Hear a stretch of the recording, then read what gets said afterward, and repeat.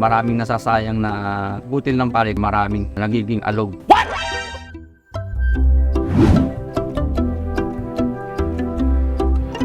Para sa akin, ang sobrang maagang pag-ani ng palay ay maraming sariwa. Dagdag ko lang din na pagdating sa bentahan, binabarak ng bayad. Sa butil ng palay, maraming nagiging alog kasi nga hindi pa siya gusto sa gulang na aani na. Isa pa ron, pagka inaani ng mas maaga, maraming nasasayang na butil ng palay kasi nga yung iba berde pa, naaani na. Sobrang late naman ng pag-aani. Malaki rin na nagiging kwan. Pagka kasi sobrang ani na nagiging lugasin, maraming nasasayang, nalalaglag na sa lupa. Parang hindi napapaaga pag-ani o nanini. Sana maging mapaglista na bawa nung variety na tinanim ni may iba siya ng ilang days yun. Pag-ani, sakto lang doon sa edad ng palay na tinanim.